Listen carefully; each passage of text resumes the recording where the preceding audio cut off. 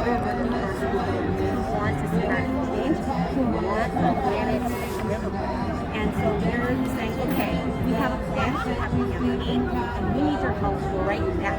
So our campaign is, we are talking to regular working class people who are in states where their senator has not yet co-sponsored this program. And we are calling them and educating them about the labor movement and saying, hey, do you support the right to organize? Do you support unions? Do you wish you had a union? Let's make it easier for you, and let's make it easier for everyone to exercise their federal right, and let's call the senators who have refused to support workers' rights.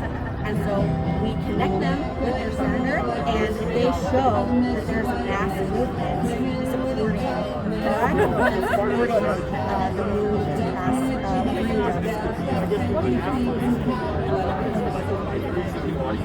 I think it's really important to remember why people are hurting so badly. You know, we live in a really weird world. We live in a world where minimum wage is not a livable wage. We live in a world where the number one cause of bankruptcy is medical bills, where healthcare is not a right, where housing, shelter is not a right, where organizing a union is really not a very protected right. People are suffering so badly, and when you get people who are desperate, in poverty, you know, it can be hard to see any hopeful future, but we're here to say today that there is hope for a better future, but it's only possible when we come together in a strategic, coordinated way, where we are actually challenging the way power works in this country. I mean, I'm not sure exactly what you're talking about, but all I know is that we have, as DSA, have had enormous success with what we're doing. Because in fact, the calls that we've made to, that we've helped other people in other states make to their senators have made progress on passing the Proact. In just a month, we got 2 senators to flip from not supporting the Proact to being co-sponsors. And that was because we made 500,000 calls. That was back then. Now we've made 700,000, I think almost 800,000 calls at this point. And so we know the efficacy of our tactics. We know the efficacy of our campaign. And that's why I'm so proud to be co-chair of Fourth Democratic Socialists of America, because we have the mass movement. We are the largest socialist organization in a generation in this country. And it's honestly a very exciting time to be part of this movement, because we are really changing things. Yeah. At the cost of, you know, workers like dying because they don't have health insurance, workers starving, workers getting paid poverty wages. But if the Proact doesn't pass, which, you know, let's be realistic, let's be pragmatic, it really might not. We need to be out in the streets regardless, continuing to organize, because all of the, you know, groundbreaking legislation that is coming under Biden or could come under Biden wouldn't be here if it weren't for the movements that were built under Trump. So even if it's, whether it passes or not, complacency is still going to be the enemy. It's not just going to be a single win and then everything will be better, right? This is going to take work continually, because if we don't defend our wins, they roll them back. So if you're a childcare worker, a teacher, or even if you are a parent who, you know, cares about your child, cares about the teachers and workers who are taking care of your child, and wants to see that workplace organized, you're a childcare worker, you're a kitchen staff member in a childcare facility, I'd really encourage you to come get one of these flyers for the Childcare Labor Alliance. Talk to your coworkers, talk to your children's teachers. Kate and Nat are back there, they have flyers too. And they know a lot more about all of this than me. So you should also talk to them. Washington. And it's my pleasure being here to talk a little bit about the connection between the Proact and labor's struggle for racial justice. It is no secret that racism is in every aspect of our nation, right? Every single system in place, from political to healthcare to criminal justice, has been plagued by white supremacy and has a deep history of racism. That's right. Including the labor movement. And it is imperative that we acknowledge the history of racism within our labor movement in order to dismantle the racist systems that continue to hold us back. All right. I didn't actually plan for applause during my speech, but thank you. To that end, SAU is committed to being an anti-racist organization. Our international union passed a resolution proclaiming that in order to win economic justice, we must win racial justice. Because we know that until black communities and other communities of color can thrive, none of our communities can truly thrive. Right. We believe in and fight for a just society where all workers are valued, where all people are respected, regardless of color of skin, where they're from, the language they speak, or what work they do, where all families and communities can thrive, and where we leave a more just and equitable society for generations to come. And recent history has shown us that one way to do that is through union bargaining and union organizing, right? In the last 50 years, unions have been a major factor. Lost myself. Have been a major force for economic justice for people of color. The freedom movements of the 20th century, led by black activists, saw unions as essential to the ability of black workers to rise and fight for equality. Jobs and freedom became the rallying cry for justice. People of color, including immigrants, are the backbone of every pro-labor movement in our nation. And we are the backbone.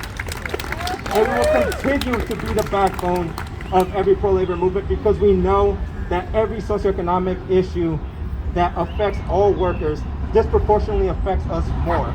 And we also know that the best way to counteract and combat those issues is to stand in solidarity with our union siblings and with our allies because we have power in numbers.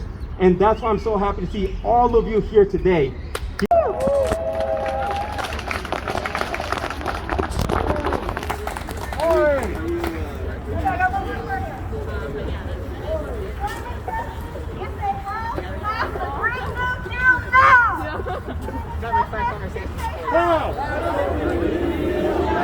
Climate justice, you say how? Pass the Green New Deal now! Climate justice, you say how? Pass the Green New Deal now! Climate justice, you say how? Pass the Green New Deal now! Pass the Green New Deal now! Alright, no more. The other way is that we beat bosses so badly that we get them to agree as part of their concessions to allow workers to organize with labor peace and card checks. That was the case in my workplace, the Embassy Suites in Seattle. In both places, as a worker at Embassy Suites and as an organizer with the workers at the Hyatt, I really experienced the benefits of organizing by card check. I mean, we were able to meet people in their homes, meet people in coffee shops, and then in the run-up to the big card sign, even talk to people outside their employee entrance to the workplace to sign them up for the union. And people were able to do that without fear of retaliation, right? We were able to get through the card check, get to a supermajority of workers signing up, and then jump immediately into building power and fighting for a strong contract.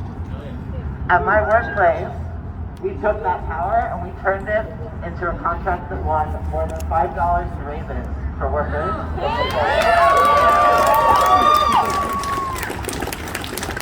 We also won healthcare coverage for our union's healthcare trust. It's a healthcare insurance company that provides 90% coverage with no deductible for people's entire families, and the maximum that people pay for that in our union is $50 per month per worker.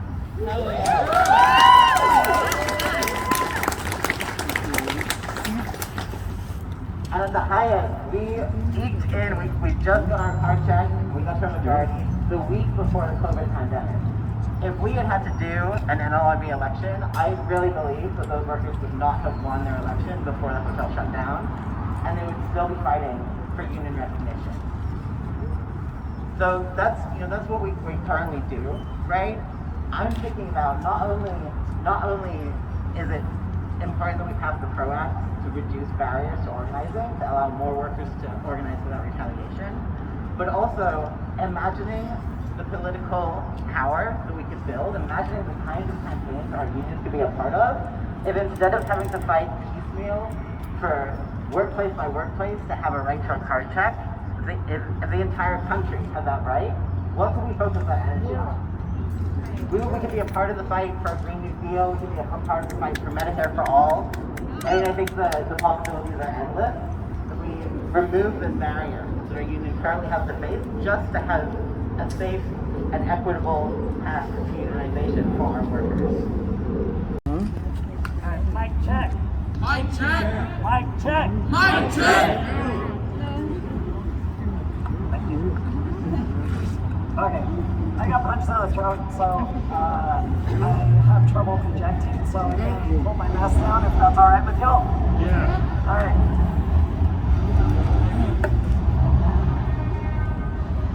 So, my name is Tyler Cox. I'm a nurse at OHSU, and I'm a union member there. I work on the neuro ICU, and it's also a secondary COVID unit there.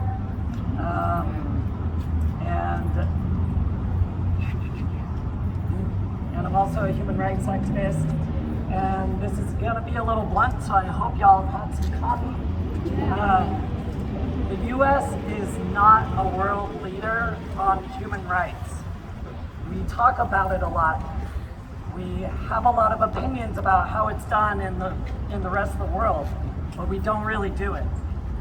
And as a country, we are really failing to meet our international obligations for human rights. And we see these shortcomings specifically in racial justice issues and workers' rights, which are both human rights issues. That's right. These rights are interconnected. And it's time that we update and strengthen our laws that uphold these rights, especially workers' rights that are in support of racial equity. Yeah.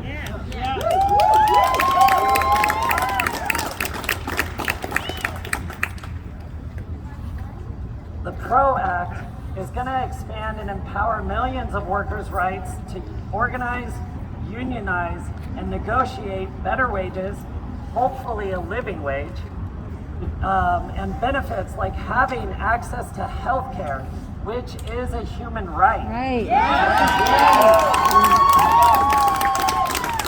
And it should be a provision. It also will put into place accountability and repercussions for employers who break labor laws and engage in anti-union discrimination. And the job sectors that need these protections and support the most are those whose workers are the most vulnerable. This is agricultural workers, many of who are heavily exploited due to their citizenship status. This is care workers who are overwhelmingly women and women of color. This is any job sector that has a large number of people who belong to marginalized communities. Thank you. And this pandemic has more heavily impacted marginalized communities and communities of color. And these same communities are also the hardest hit by the economic repercussions. That's right. Yeah. So we have an obligation in anti-racist work to ensure that Black and Indigenous people of color and other marginalized people receive the most support in efforts of economic recovery.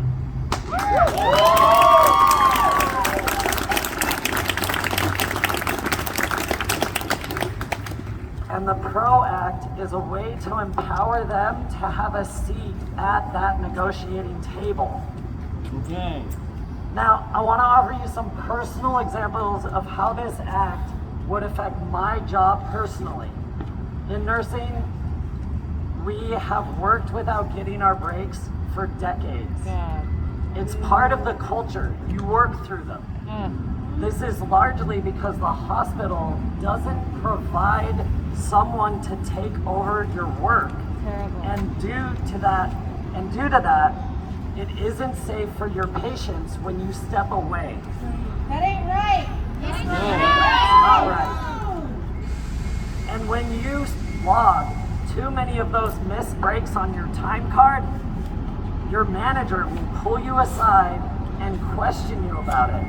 They will harass you, they bully you, they intimidate you. We've been asking OHSU for dedicated break nurses for years. And you know what their response is? We can't afford it. Bullshit. They're making too much money to afford it. OHSU is the most profitable hospital in Oregon. And maybe even past that. They can't afford it. My last example is that my manager has targeted 5 people on my unit. All of them were either union reps or expressed interest in being involved with the union. He launched disciplinary investigations into all of them to bully them and intimidate them and threaten their license. All with no repercussions. And we have a decently strong union at OHSU. I love our union. They've got a lot of more work to do, especially in anti-racist work. But I love my union. But my union is not strong enough. Right. And this is why we need the Proact, which will allow for meaningful civil penalties for employers who do engage in anti-union discrimination and targeting like this.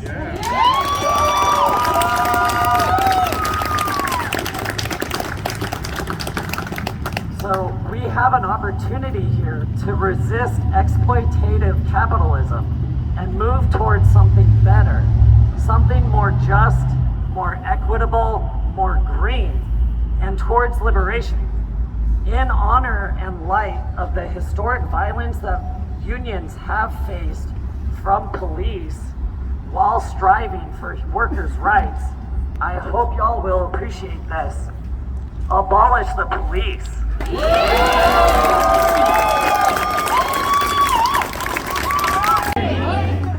As she said, my name is Tina Turner Morphet, and I am the president of the Coalition of Black Trade Unionists. I am also the living image of a dinosaur. We still walk the earth.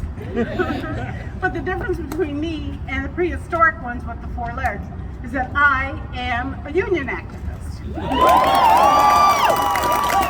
I want to thank you for inviting us to be here today because, again, we all need that inner strength. We need to spread it out so that our workers know that we are in favor of them, so that our workers know that they are the strength of the union movement. Right. I want to start out with, I do want to give a plug before I start. You ought to listen to Labor Radio on cable. It's on Mondays, 6 o'clock on 90.7 FM. So check us out on Monday, okay? All right. So my mentor is William Lucy. He was the founder of the International Coalition of Black Trade Unionists. He reminded me just recently that the goal of the labor movement goes far beyond negotiating more than just a nickel more. That's right. The goal of labor unions should focus on empowering the workers to organize, holding corporations accountable for union busting, Right. promoting safer working conditions, Right. reestablish the dignity of all workers, address structural racial inequities issues in jobs, healthcare, and the criminal justice system. The labor movement should compel Congress